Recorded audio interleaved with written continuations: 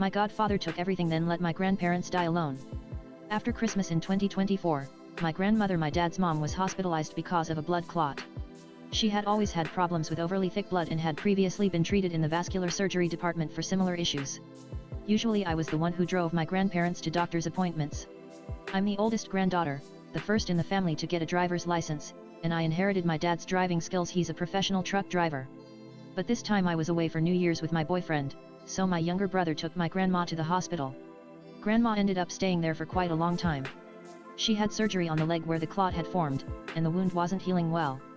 My grandfather was almost 80 and was afraid to drive alone to the big city where the hospital was.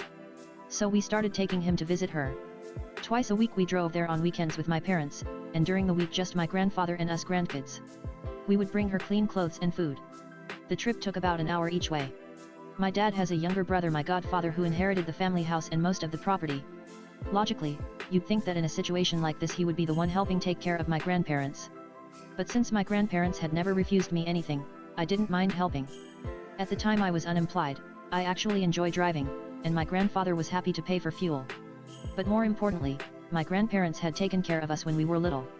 My mom didn't have a driver's license and often stayed alone with us while my dad was working.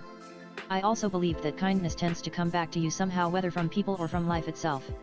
February was chaotic. At the beginning of the month my boyfriend had to have his appendix removed, which was stressful for me. On the day of his surgery I also managed to get stuck in the hospital elevator. The morning he was supposed to leave the hospital, I was home alone cooking a light soup for him. My grandfather came by to call my grandmother. They only had one mobile phone, and she had taken it to the hospital. My grandpa managed fine without one. Most of the time he could drive to the store or come visit us, but it meant he had no way to contact her. We sat and talked for a while. Looking back, I sometimes wonder why did he have to come to my house to make a phone call when he lived with his daughter-in-law and 2 grandsons who was always home? Either he didn't want to ask them, or they wouldn't give him the phone even if he did. At some point he mentioned that he had a headache. Something about it bothered me, but I wasn't feeling great myself that day either, so I blamed it on the weather. The next day my parents and my uncle took him to the ER with suspected stroke symptoms. Later, receipts were found in his car from that same day he visited me. On the way home he had stopped at a store and bought 2 half-liter bottles of vodka. My grandfather had struggled with alcohol since I was a child. That stroke was his 4th.